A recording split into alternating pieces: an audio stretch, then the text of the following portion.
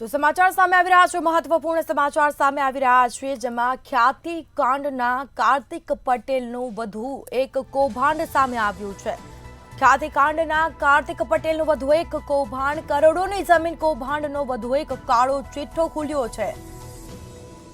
તો સાતેજની પાર્કલેન્ડની 5.84 લાખ ચોરસ વાર જમીન પચાવી પાડી છે।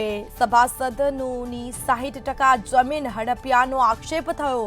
રોડ રસ્તાની 20% જમીન કાર્તિક પટેલે પચાવ્યાનો આક્ષેપ કરવામાં આવ્યો છે। તો એક બાદ એક નવા કૌભાંડો સામે આવી રહ્યા છે। 2500 થી 4000ના ભાવે પ્લોટ લઈ અને 25 થી 35,000ના ભાવે વેચ્યા હોવાનું સામે આવ્યું છે। વધુ વિગતો સાથે સંવાદદાતા મિત રાઠોડ આપણી સાથે ન્યૂઝરૂમથી લાઈવ જોડાયા છે। જે મિત, ખ્યાતિકાંડના કાર્તિક પટેલનું વધુ એક કૌભાંડ તપાસ કરતા નવા ખુલાસાઓ થઈ રહ્યા છે, શું છે મામલો?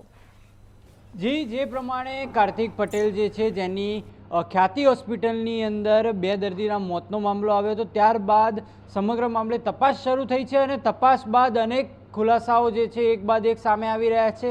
હાલમાં જે મળતી માહિતી મુજબ સાંતેજની અંદર આવેલી ધ ન્યૂ લાઈફ જે પાર્ક છે તેની અંદર 60% જેટલા જમીન જે છે તે કાર્તિક પટેલે પચાવી પાડી હોય તેવું સામે આવી રહ્યું છે। સભાસદોની જમીન જે છે તેને નુકસાન જશે એવું કહીને 4 થી 5,000 રૂપિયાના જે પ્લોટ છે તે ખરીદ્યા હતા અને ત્યારબાદ તેને 25 થી 30,000ના ભાવે વેચ્યા હતા।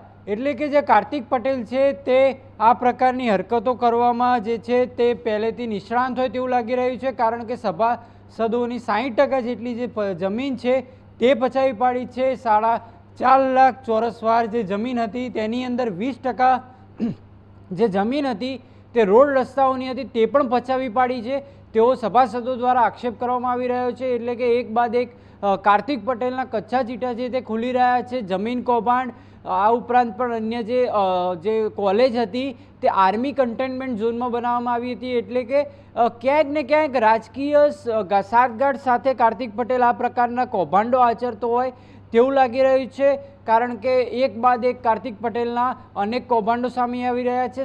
હાલ જે છે સાતેજ ખાતે આવેલી જે સ્કીમ હતી તેની અંદર સભાસદોના 60% જમીન ઓછા ભાવે નુકસાન જશે એવું કહીને પચાવી પાડી અને ત્યારબાદ મોંઘા ભાવમાં વેચી। એટલે કે ક્યાંક ને ક્યાંક કાર્તિક પટેલે લોકોને ડરાવ્યા અને જમીન પચાવી અને ત્યારબાદ મોંઘા ભાવે વેચી। એટલે રૂપિયાની લાઈમાં કાર્તિક પટેલ આંધળો હોય તેવું લાગી રહ્યું છે, કારણ કે એક બાદ એક કાર્તિક પટેલના કૌભાંડો જે છે તે સામે આવી રહ્યા છે।